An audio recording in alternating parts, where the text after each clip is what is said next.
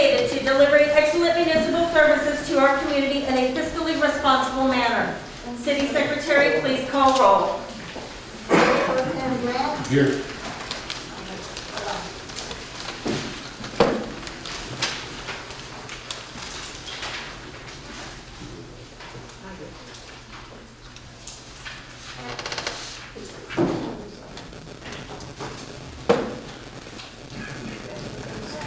Councilmember Apodaca?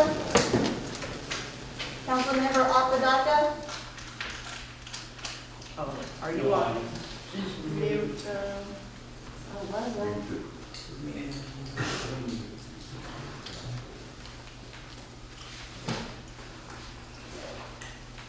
No, I see you moving your lips, but I can't hear you. Could have been her.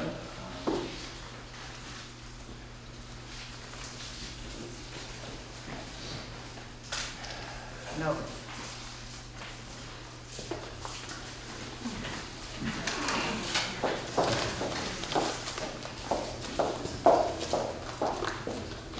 Could she have muted her? I mean, theoretically, yeah. I mean, it could be mute on her, it could be over here. Maybe her microphone's not on. Ask if her microphone is on at her location. Okay, unmute and then see if your mic is connected, because I see your red mute button is on now. Okay, now you're unmuted, but we still can't hear you.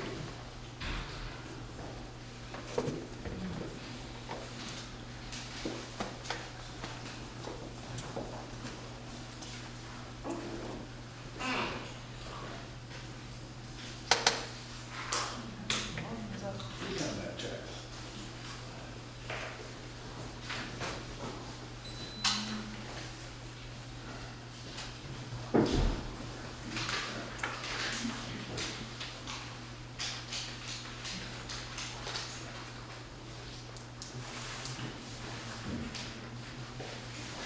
Maybe you can log out and come back in just to make sure you're.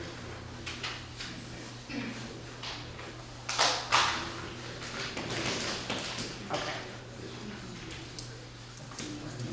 Log out and log back in, see if that works.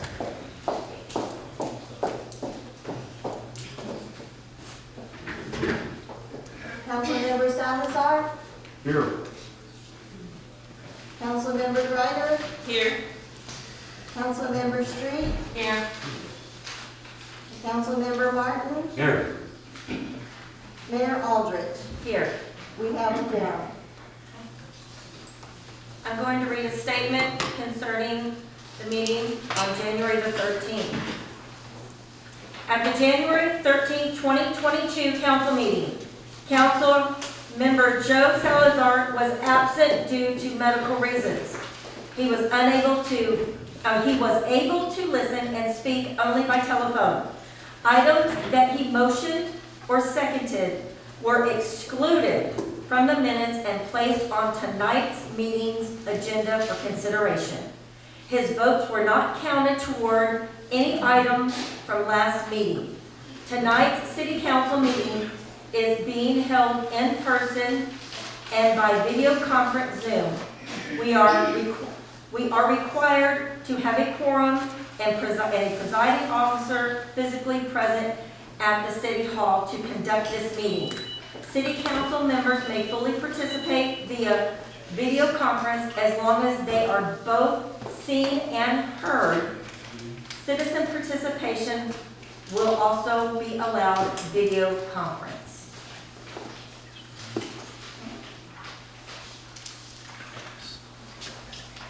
Did we get Sylvia? Say something now, Sabrina, so we can see what you do. Nope.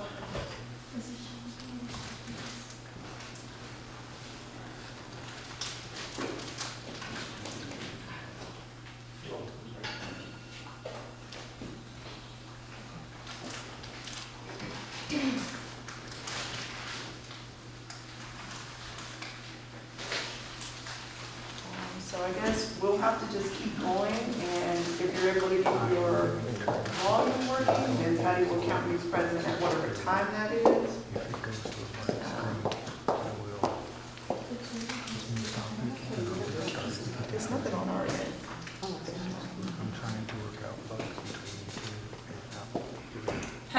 have the citizen, oh, you're right there. Okay, moving on to citizen participation. First, we have Chris Garza.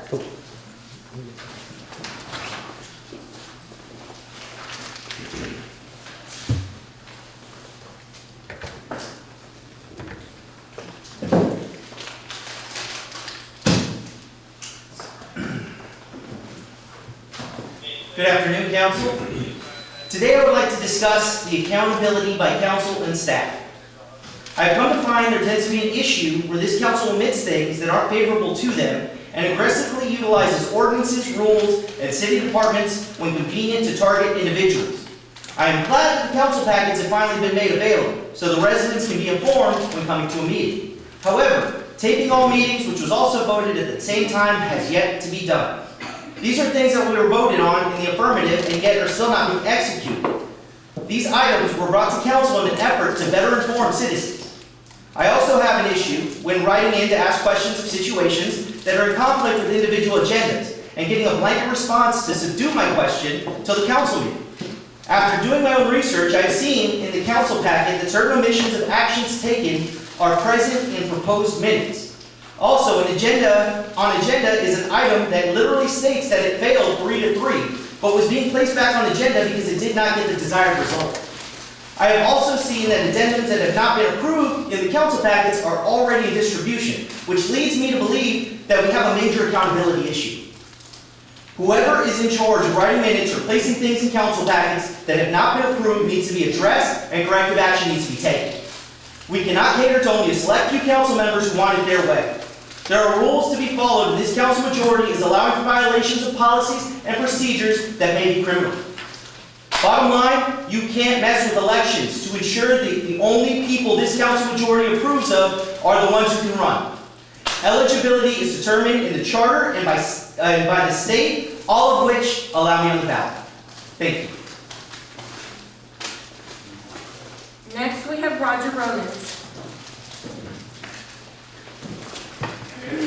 My name is Roger Romans, 4511 Henneke. I'm going to address what the mayor was talking about earlier. The minutes are used to provide an official, accurate reflection of actions taken at a meeting.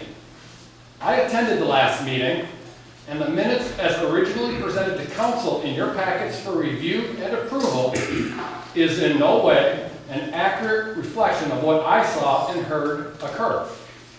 It seems to be an attempt by staff to knowingly have each of you participate in fraud.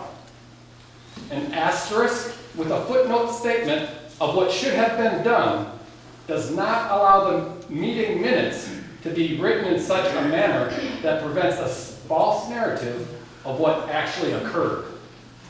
Items 9A and F are omitted, as the mayor stated, because an absent member is not allowed to make a motion or a second.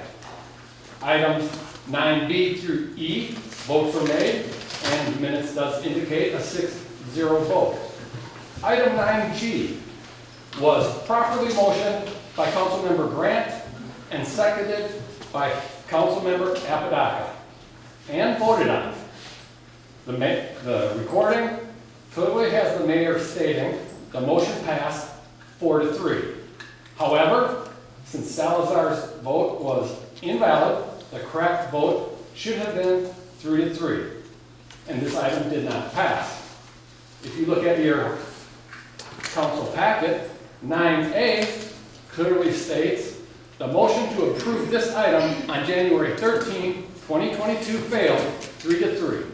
It is being placed back on the agenda for council consideration. Why is this not properly reflected in the minutes? Item 9A was voted on at last meeting. Thank you, Mr. Romans. Say again?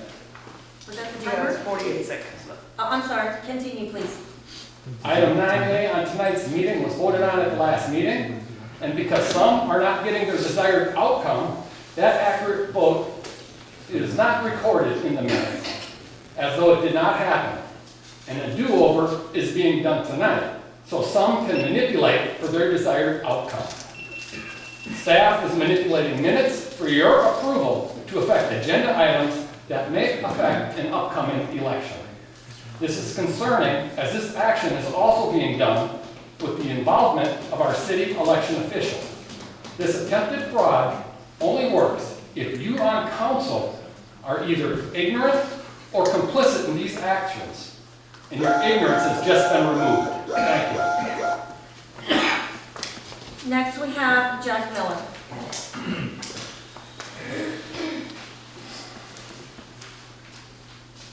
Disorderly, Jack Miller, 4839 D. Gordon. Disorderly conduct in the state of Texas, it has to incite a breach of the peace. So if I come in here and I scream that a certain council member is a whatever and it offends all of you and everybody in this council chamber, the police will tell you. Not against the law, just because you're offended. It has to incite a breach of the peace. If I ran in here and said, the building's fixing to explode and it wasn't, that would be disorderly conduct. It would cause everybody to run out of here. Certainly, Mayor, you can kick me out of here if I go off the chain and insult one of your council members. You certainly can do that, and if you ask me to leave, I will. No problem. I'll come back another day, probably happier, and maybe without insult. But I just want to let you guys know that. Because I'm fixing to step it up and do my methods of dealing with tyranny. So far, Councilman Grant hasn't retracted the fact that he thinks I'm a separatist, a public statement he made. Not going to be able to run from that. Councilman Grant also invited the community at one of the last council meetings to, quote, come burn a cross in my yard if you don't like what I say. But remember, I got a sign that says we don't call 911. I guarantee you, I go to his house, he's at least going to call the non-emergency number. I'm still trying to figure out how to burn a cross. I've only seen it in the movies. Tonight I approached Mr. Grant, called him a a-hole, because that's what I think he is. But that was outside the council chambers, and I don't, according to Councilman Salazar, as soon as you step out of the council chambers, you're no longer a councilman. Mayor, I would ask you what you think about that. You think that you're not a mayor when you walk